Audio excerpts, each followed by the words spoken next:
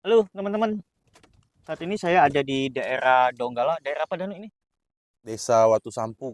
Desa Watu Sampu. Nah, bersama pengusaha satu ini, asli Palu. Ya, Asli Palu. Teman saya ini punya usaha ya, punya usaha kelapa muda ya. ya kelapa. Dia pokoknya dia pengiriman kelapa, Mm-mm. distributor kelapa ke daerah-daerah tertentu begitu. Oke, dia ngambil, ya dia asli Palu, jadi produk yang ada di Palu itu produk kelapa, dia bisa supply ke Surabaya sampai dengan ke Thailand. Nah, di sini saya akan bercerita ke teman-teman semua. Jadi ketika teman-teman yang ada di pulau-pulau tertentu ya, Sulawesi, Kalimantan, Sumatera, Jawa, menurut saya sih yang paling banyak menghasil itu ya di daerah-daerahnya, bukan di kota. Di kota itu kan hanya konsumsi saja. Tapi produsennya itu atau penghasilnya itu di daerah-daerah. Ini teman-teman sambil bercerita ya, saya ngasih ngasih tahu nih teman-teman ini keindahan alam yang ada di Donggala ini. Ini dulu Donggala ini sempat kena nggak? Kena kena apa namanya tsunami waktu itu. Ya, pernah sempat. Tapi sebagian aja. Tapi sebagian. Ya, Oke. enggak semua. Kita sambil bercerita nih. Danu ini namanya Danu. Danu ini masih bujang ya teman-teman. Usia masih 24-an lah. Jadi kalau teman-teman ingin mencari calon-calon pengusaha ya seperti ini tipe-tipenya nih. Ceritain dong bagaimana dulunya awal kamu punya usaha kelapa itu? Dulunya itu apa ya? Istilahnya coba-coba aja. Mm-mm. Sama ada dibantu beberapa teman juga. Oke. Kita ada ditawari Mm-mm. pekerjaan sama pertama ada teman bos lah gitu yang Oke. punya apa link ke Surabaya gitu. Oh, Nah, oh. ditawari mereka ini mau ambil kelapa cuman nggak tahu di mana kelapanya mau diambil. Nah, akhirnya dia calling lah ke saya, Heeh. calling ke saya cari bantuan. Nah, dia Oke. yang kasih sambung saya sampai bisa kirim ke Surabaya. Ke Surabaya itu sekali kirim berapa kontainer? Kemarin kita dikasih kontraknya itu ada target. Kalau tidak salah 13 apa 15 kontainer. Caranya gimana? Dari awal ya, dari awal tadi kamu ketemu link, habis itu bagaimana kamu prosesnya mulai dari awal kamu nyari kelapa ke petani-petani sampai dengan bisa menjualnya itu seperti apa? Nah, itu pertama jalin komunikasi dulu sama petani-petani kelapanya kan. Ya, Kita istilahnya kita harus pegang oke. mereka supaya mereka nggak jual kemana-mana, istilahnya ke Mm-mm. sama kita doang. Jadi Mm-mm. istilahnya kita sudah ada stok, Mm-mm. barang udah ready, tinggal kita tunggu kapan ada kontainernya masuk, kita siapkan barangnya begitu. Itu dalam satu kontainer bolehlah kasih ya motivasi bagi kita-kita ini ya teman-teman ya. Berapa sih omset dan keuntungannya? Nah, Kira-kira saja. kalau itu kemarin itu besar sih besar, soalnya kemarin itu masih awal-awalnya itu pengiriman kelapa ke luar daerah dari Palu. Heeh. Kan selama ini kan kelapa itu hanya diolah jadi kopra, nah Heeh. kopranya yang dijual. Nah, Oke. sekarang itu kemarin itu baru-baru ada cara lain. Hmm. Kelapanya yang utuh Hmm. dikirim ke luar daerah. Nah, Hmm. kalau itu sih untungnya sangat banyak sih kalau kalau bagi saya banyak. Soalnya kalau diambil dari petani, petani kelapa itu kita orang ambilnya kemarin Rp600 per biji. Oke, jualnya? Dijualnya dia kadang diambil per biji juga dari Surabayanya atau dia dijual per kilo. Nah, kemarin kita orang jualnya per kilo, Oh, per kilo bukan per butir ya kalau kelapa ya? bukan. Kalau kalau kita orang belinya per butir. Mm-mm. Nah, kita orang jualnya per kilo. Jadi ada keuntungan lagi di situ karena kelapa ini kan ada yang besar, ada yang kecil. Heeh. Kadang yang besar itu sampai 2 kilo, 3 kilo. Oh, dalam 1 kilo kita bisa ngambil untung berapa itu dalam 1 kilo?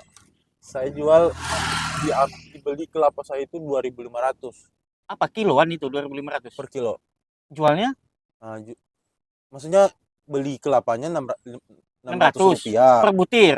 per butir. Oh, tapi kita jualnya kiloan. Kiloan per Oh, kilonya begitu. 250 Nah, 2.500 gitu. kira-kira dalam satu butir itu berapa kilo?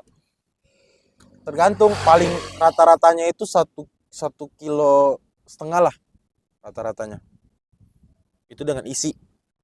1,5 kilo, 600. Kita jual per kilo 2.500. Ya, Banyak dong untungnya. iya. Hmm, Alhamdulillah. tuh teman-teman, banyak sekali untung teman-teman. Karena teman saya ini mampu dia langsung membeli ke petani langsung ya, bukan ke tengkulak atau disebut atau apapun itu namanya. Dia langsung ke petani terus dia ngejual langsung ke end usernya, pemakai langsung. barang dari Palu dia jual ke Surabaya. Oh ya, ceritamu tadi ada yang ke Thailand juga ya? Nah, kalau ke Thailand itu sebenarnya itu agak ribet itu. Agak ribet ya. Nah, karena setelah dari Surabaya, Heeh. otomatis stok-stok kelapa yang kami pegang ini udah pada habis. Hmm. Nah, jadi kami putar otak lagi, teman-teman sama teman-teman putar otak gimana caranya supaya bisa dapat di kelapa. Nah, pertama kita orang itu cari eh apa namanya pengepul-pengepul kelapa juga yang di dekat-dekat situ. Istilahnya dia beli kelapa juga seperti kita orang, cuman harganya kita orang pantai lah begitu. Istilahnya kita tindis harganya biar Iya. mereka dapat untung juga, tapi Oh. kelapanya lari ke kita semua begitu. Iya ya. Jadi Nah, spekulasi harga ya ke iya, masing-masing petani itu agar petani memberikan barangnya ke kita. ya. Oke. Nah, terus kalau Thailand nggak banyak tapi untungnya lebih gede lagi, Lebih besar ke Thailand lebih daripada besar ke Surabaya. ya. Dan terus Thailand yang bikin menangnya kita itu kita hanya tahu isi barangnya aja, Oh, oh. pengiriman kontainer kapal apa segala Mereka yang macam itu ngurus. mereka yang ngurus. Terus cara mereka transfer seperti apa? Cara Apakah barang sudah diterima baru ditransfer atau enggak, untungnya kemarin itu barang selesai diisi, kontainer ditutup, disegel, difoto, udah. Pas oh, fotonya masuk, uangnya masuk juga sama oh kita. begitu enak ya, enak sekali ya. Nah, menurutmu kamu kan asli Palu di sini nih, Sulawesi Tengah. Ya. Potensi apa lagi yang bisa kita ambil dari Palu sendiri Nah, selain kalau kelapa? kalau Palu sih banyak, Pak. Pertama, hasil-hasil buminya kayak coklat, cengkeh, Oke. Oh, coklat, cengkeh ya, sawit, itu sawit. banyak Hmm, di Palu. Apalagi durian. ya terkenal ya durian Palu Ya, ya. durian Durian Palu. banyak, Pak. Cuman sayangnya saya tidak suka durian. Oke, Makanya, motivasi terakhir, kamu kan bujangan nih. iya, Pak. Apa yang membuat kamu bisa menjalankan usaha ini sampai dengan saat ini? Dan kira-kira kata-kata apa nih yang memotivasi kami semua, penonton channel saya, agar kami semua bisa menjadi seperti kamu? Setidaknya minimal ya usaha kelapa dalam skala-skala kecil dulu lah, satu mobil pick up, seperti itu. Ya, kalau menurut saya itu sih ya, intinya tetap berusaha dan jangan jangan malu terjun langsung ke lapangan gitu. Oh iya, Karena tadi lupa saya nanya, ngomong maaf saya potong. ya, Pernah ada ini nggak kejadian ditipu atau hal-hal yang memang membuat kerugian di kamunya? banyak sering itu malah. Contoh deh, contoh salah satu contoh saja. Contoh di ini kan kita kayak di contoh ini kasus waktu pengiriman ke Thailand. Ya, Kita ambil kelapa itu dari luar daerah Palu lah. oke. Nah, kita ambil dari situ, tapi ini jadi pelajaran juga bagi saya Hmm. karena salahnya saya bayar duluan. Barang belum sampai saya sudah bayar Oh, duluan. tapi barang nggak datang. Akhirnya pas barang sampai, saya nggak pikir Heeh. kalau ini barang perjalanannya dari daerah itu ke Palu itu lama.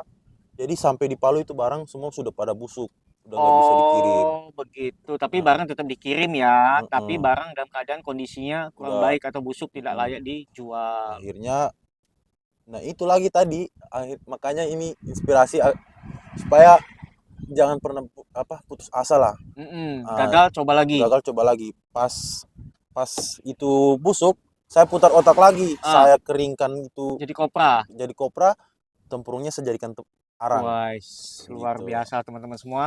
Nih teman-teman, sebenarnya Indonesia itu banyak sekali ya sumber daya alamnya teman-teman ya. Tadi kelapa saja, kelapa itu selain kita jual utuh, kita bisa jual tempurungnya, kita bisa jual isinya atau kopranya. Seperti itu teman-teman semua. Pada intinya yang penting kemauan. Kalau Danu ini yang saya tahu modal sih mungkin bagi dia nomor dua ya, tapi dia memang punya koneksi, punya relasi, orang yang percaya sama dia, akhirnya dia menjalankan usaha itu teman-teman semua. Begitu indahnya alam ini ya teman-teman. Namun masih banyak manusia yang terlalu tamak sehingga alam kita dirusak. Padahal ya cukup kita ambil secukupnya saja. Jangan sampai memperkaya diri kita sendiri. Marilah ketika teman-teman nanti menjadi seorang pengusaha, jadilah manusia yang bermanfaat bagi orang lain. Artinya ketika teman-teman nanti sudah naik derajatnya, jangan lupa bantu ya. Bantu orang terdekat dulu. Banggakan orang tua kalian, saudara-saudara kalian, tetangga-tetangga kalian, dan kerabat terdekat kalian. Saya Sonadi, see you.